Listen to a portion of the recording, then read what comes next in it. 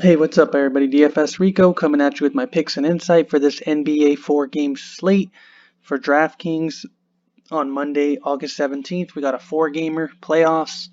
No more of that lineup bouncing around, I would think, not knowing who's going to play X amount of minutes. So that's exciting. We should kind of be able to predict who's going to play the most minutes, as long as games stay close, obviously. For the most part, I think most games today will stay close. I think at least a couple of them. Is what I'm hoping. But I'll try to give you guys my best insight and what I think will be solid plays today. We have some pretty good plays. But let's get to it. Before I get started, if you could like, comment, subscribe, I really do appreciate it. I appreciate all the support, any views, any clicks, any time spent watching the video. It's well worth it. I appreciate you guys. But let's get started. So I'm just going to go through the positions, not really position by position. I'm just going to go through a couple guys that I like at certain spots. Kind of be like a core four, I guess I could call it. It's going to be a core four guys that I really like across most formats, cash, small GPP, even in big GPPs. I wouldn't mind these guys, but it's going to be more so for cash and small GPPs. But in NBA, I feel like a lot of these smaller GPP plays can still work out in big GPPs, just because minutes are key and injuries are key in basketball, as we all know. So let's get to it. First thing I want to do is go over to the starting lineups, projected starting lineups, I guess you could say, in the over-unders. I mean, first game of the day, Nuggets, Jazz, we got a 215.5. Brooklyn Nets, Toronto Raptors, 222. Toronto favored by 10. That's, I think, the biggest spread on the day for sure. Then we got Philly and Boston, 218.5.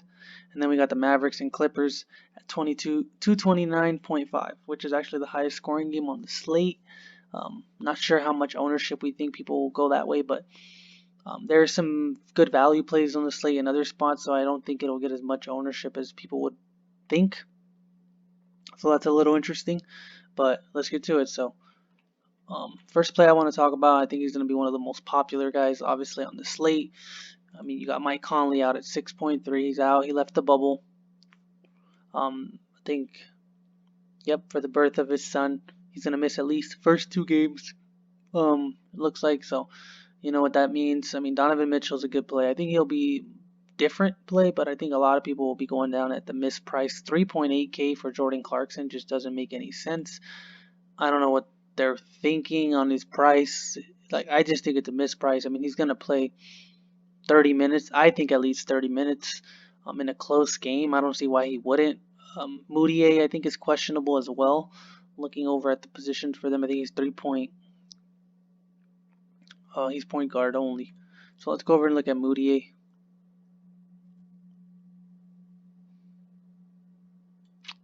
Why don't I see him?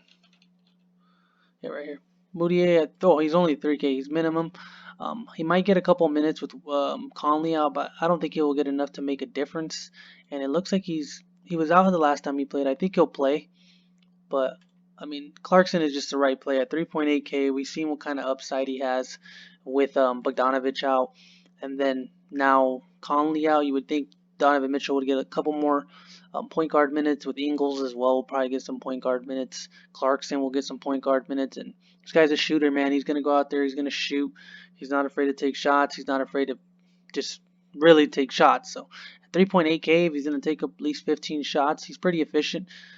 I'll take my chances at that value. I think he's the best value on the slate, at least the one we could feel most comfortable playing. I think there's a bunch of good value on the slate, but I think he's the best as far as safety. So GPP's cash, Jordan Clarkson, I will be playing him a fairly good amount. Next guy I want to talk about is Caris LeVert at 7.6. Going against Toronto. I think he's in a tough matchup, and I remember I mentioned they are the biggest underdogs on the slate. I think he'll probably be one of the highest guys owned. I think him and Clarkson will be 2 of the highest guys owned on the slate going against I think the Utah and Denver game will stay close, so I think Clarkson is a little safer. LeVert and against Toronto might be tough. Like I saw, they're 10-point underdogs. Earlier in the bubble, we saw LeVert. The first game they started against Orlando, they got blown out. He only played 28 minutes, 30 fantasy points. And then against another good team versus Boston, he played 27 minutes. They got blown out, 27 fantasy points. this is a game where you have to take that into consideration, but I think the good outweighs the bad. They keep the game close. At 7.6, he has a 60-point upside, as we've seen multiple times this season. He doesn't have all the guys we know they're missing in the starting lineup, so we obviously see that. Go over to Brooklyn's usage with the starting lineup that they're projected to have: LeVert, Harris, Allen, Temple, and Caruks. 38.3% usage. It's only 41 minutes. He's averaging 1.45 fantasy points per minute in that span. 38.3 usage, which is actually what he's averaging around without Kyrie on the court. Dinwiddie, all those other guys, but mainly Kyrie and Dinwiddie because they are the two guys that were the primary point guards. But LeVert's obviously playing point guard now, and if they go out with this lineup, I think that number stays above 35% usage at least.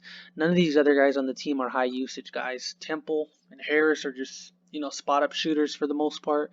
Karuk's just there, honestly, just there to fill the role. And Jared Allen's going to get a good amount of points in the paint off of rebounds and putbacks, but I don't think he's going to be, he's not a guy that you give the ball to in the paint and he works wonders, The ball's going to be in LeVert's hand. 7.6. I like him very much at that price tag. I think he's very good. Cash, small GPP. There's different ways you can go in big contests because there is you're worried that if they get blown out, Brooklyn might not play their guys that many minutes, but for smaller contests, I think you want to match the field, especially with these two guys. These two will probably be my highest owned guys in every contest, I would think. No matter what the contest size is, I would feel pretty comfortable playing them a fairly good amount. The next guy I want to talk about, he's small forward and power forward eligible. It's going to be another guy from the same game, Jordan Clarkson, from the Utah game. Going down a little cheaper at 3.5. Another guy that I think is mispriced, which I don't see a lot of people talking about him or a lot of ownership going his direction just because Clarkson is that high of a usage. He's a higher usage guy as well. We know that. But Royce O'Neal has been playing very well with Bogdanovich out. He's been getting more minutes. At the start of the bubble, you see him playing 34, 35, 39 minutes. Against OKC, he only played 19 because they got blown out. New Orleans, 35. So at the start of the bubble, he was playing very good. At 3.5, he was getting practically 30 fantasy points per game.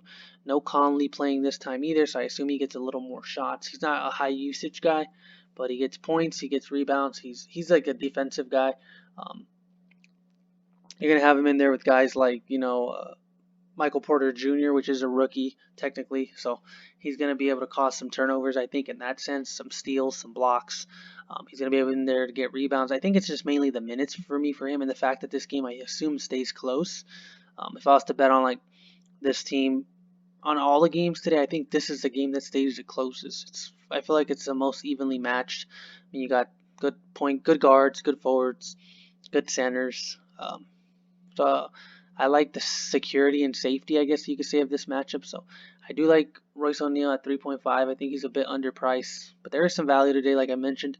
But I do like O'Neal and Clarkson, pairing them up together for good value, and then it kind of lets you pay up wherever else you want to pay up. You got some pricey guys today. Looking over at the highest guys, you got Doncic, Embiid, Leonard, Jokic, Tatum, Porzingis, Ben Simmons, we knows out, Paul George, Mitchell. We got some pretty high-priced guys over 8K that we wouldn't mind putting in our lineups, but guys like Clarkson and O'Neal will make it easy to fit multiple guys in our lineup, which is the way I'm looking at right now.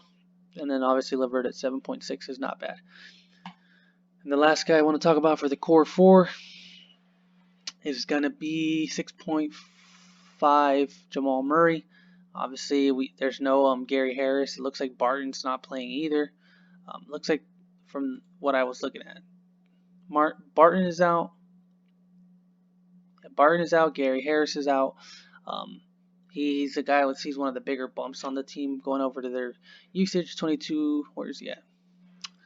With the starting lineup that they're projected to have, he's only at 21.4% usage, but his fantasy points is actually the highest on the team, 1.05, higher than Jokic and Porter. His usage is not the best, as you can tell, but his points per minute is actually the highest on the team, compared to the other guys, at least for points per minute, if you can tell.